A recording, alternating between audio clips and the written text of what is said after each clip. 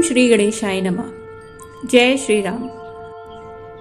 आज की इस वीडियो में हम बात करेंगे श्री भीमाशंकर ज्योतिर्लिंग के बारे में। श्री भीमाशंकर ज्योतिर्लिंग भगवान शिव को समर्पित एक प्रसिद्ध हिंदू मंदिर है।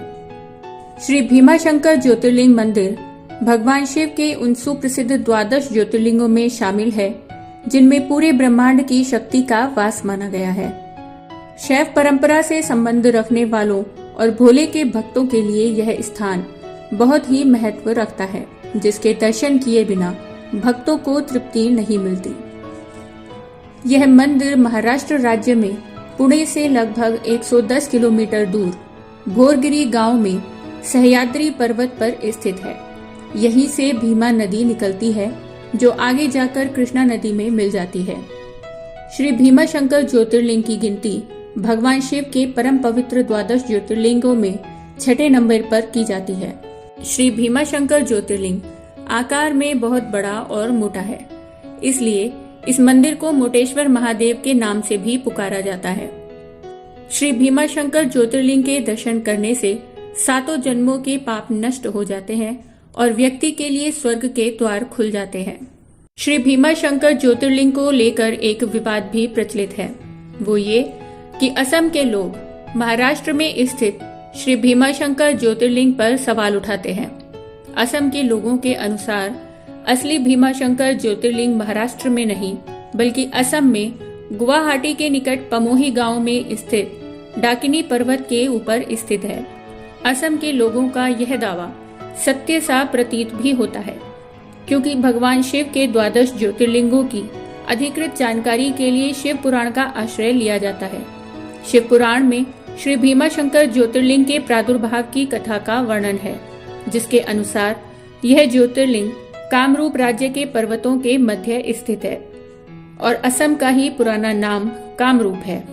असम में स्थापित इस ज्योतिर्लिंग के आसपास का क्षेत्र ठीक वैसा ही है जैसा कि शिव पुराण में वर्णन मिलता है। श्री भीमाशंकर ज्योतिर्लिंग के महाराष्ट्र में होने का शिव पुराण में कहीं कोई वर्णन नहीं मिलता।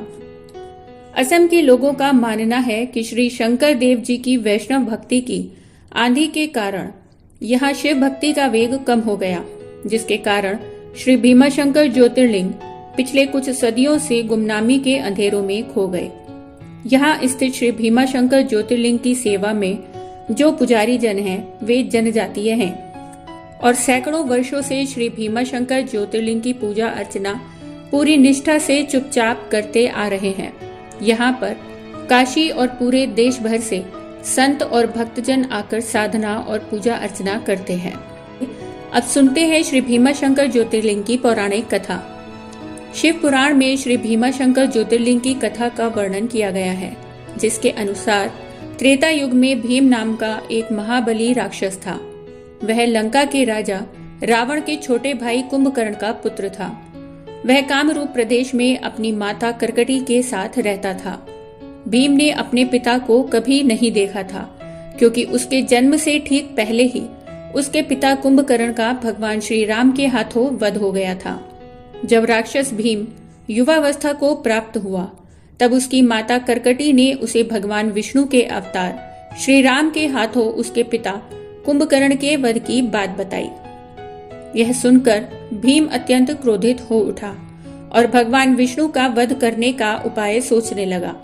उसने शक्ति प्राप्त करने के लिए 1000 वर्षों तक ब्रह्मा जी की कठिन तपस्या की। उसकी तपस्या से प्रसन्न होकर ब्रह्मा जी ने उसे लोक विजयी होने का वरदान दे दिया। ब्रह्मा जी से वरदान प्राप्त करने के बाद राक्षस भीम अत्यंत शक्तिशाली हो गया। अपनी शक्ति के मद में चूर होकर वह सभी को प्रताड़ित करने लगा। उसने पूरी पृथ्वी पर अधिकार जमा लिया। उसके बाद उसने देवलोक पर आक्रमण करके देवताओं को भी अपने अधीन कर लिया और देवलोक को भी अपने अधिकार में ले लिया। इसके बाद उसने भगवान विष्णु को भी युद्ध में पराजित कर दिया। अब उस निरंकुश राक्षस ने सभी तरह के पूजा पाठ बंद करवा दिए। उस राक्षस के अत्याचारों से परेशान होकर सभी ऋषिगण भगवान शिव की शरण में गए। ऋषियों की प्रार्थना सुनकर भगवान शिव ने उन्हें आश्वासन दिया कि वे शीघ्र ही उस राक्षस का निवारण करेंगे। कामरूप क्षेत्र के राजा सुदक्षिण भगवान शिव के परम भक्त थे। उन्होंने राक्षस राज भीम के मना करने के बाद भी भगवान शिव की पूजा करना जारी रखा। इसलिए उस राक्षस ने राजा सुदक्षिण को बंदी बनाकर कारागाह में डलवा दिया। राजा सुदक्षिण ने कारागार में मिट्टी का शिवलिंग बनाकर भगवान शिव की पूजा करना जारी रखा। से क्रोधित होकर राक्षस राज भीम ने कारागार में बने मिट्टी के शिवलिंग को तोड़ने के लिए अपनी तलवार से प्रहार किया।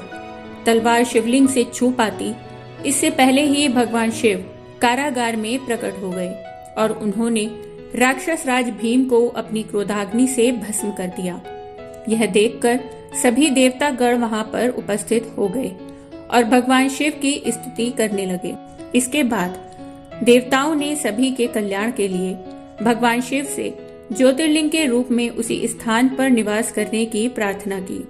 भगवान शिव सबकी प्रार्थना स्वीकार करते हुए उस स्थान पर ज्योतिर्लिंग के रूप में निवास करने लगे। भगवान शिव ने उस स्थान पर राक्षस राज भीम का वध किया था, इसलिए यह ज्योतिर्लिंग श्री भीमाशंकर ज्योतिर्लिंग के नाम से विख्यात हो गया।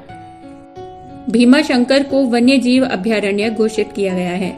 यह एक आरक्षित वन क्षेत्र है और चूंकि यह पश्चिमी घाट का हिस्सा है, इसीलिए यह वनस्पतियों और जीवों से समृद्ध है। भीमाशंकर या मोटेश्वर के नाम से प्रसिद्ध इस मंदिर का निर्माण मराठा साम्राज्य के छत्रपति शिवाजी महाराज ने करवाया था। फिर 18वीं शताब्दी में नाना फडणवीस ने इसके शिखर का निर्माण करवाया। इतिहास के पन्नों में इस बात का उल्लेख मिलता है कि शिवाजी महाराज ने यहाँ भक्तों को दर्शन करने के लिए कई प्रकार की सुख सुविधाएं मुहैया करवाई थी। भीमाशंकर मंदिर की वास्तुकला नागर शैली पर आधारित है। इस भव्य मंदिर से प्राचीन विश्वकर्मा वास्तुशिल्पियों के कौशल का ज्ञान हमें प्राप्त होता है। यहाँ पर 18वीं शताब्दी में नाना फडणवीस द्वारा बनवाया गया एक घंटा आज तक भक्तों के आकर्षण का केंद्र बना हुआ है। भीमाशंकर मंदिर अपनी वास्तुकला और पौराणिक महत्व के लिए अत्यधिक प्रसिद्ध है। यहाँ आसपास कई कुंड मौजूद हैं, जिन्हें मोक्ष कुंड, कुशारण्य कुंड, सर्वतीर्थ कुंड तथा ज्ञान कुंड आदि के नाम से जाना जाता है। इन कुंडों की विशेषता है कि इनमें स्नान करने से मोक्ष की प्राप्ति होती है। भीमाशंकर मंदिर के पास ही स्थित है कमलजा मंदिर। यह कमलजा मंदिर माता पार्वती को समर्पित है और ऐसा माना जाता है कि यहाँ पर माता पार्वती के साथ स्वयं भगवान शिव मौजूद हैं। शास्त्रों के अनुसार जो मनुष्य प्रतिदिन प्रातः 12 ज्योतिर्लिंगों के नाम जपता है, उसके 7 जन्मों के पाप नष्ट हो जाते हैं। जिस कामना की पूर्ति के लिए मनुष्य नित्य इन नामों का पाठ करता है, शीघ्र ही उसे उस फल की प्राप्ति हो जाती है। ज्योतिर्लिंग के दर्शन मात्र से सभी पापों से मुक्ति मिल जाती है और भाग्योदय का आशीर्वाद मिलता है। यही हमारे भगवान भोलेनाथ की विशेषता है। आशा है कि आप सभी को आज की वीडियो पसंद आई होगी। वीडियो पसंद आई हो तो वीडियो को लाइक और चैनल को सब्सक्राइब जरूर कीजिए। वीडियो में अंत तक बने रहने के लिए आप सभी का धन्यवाद। हर हर महादेव।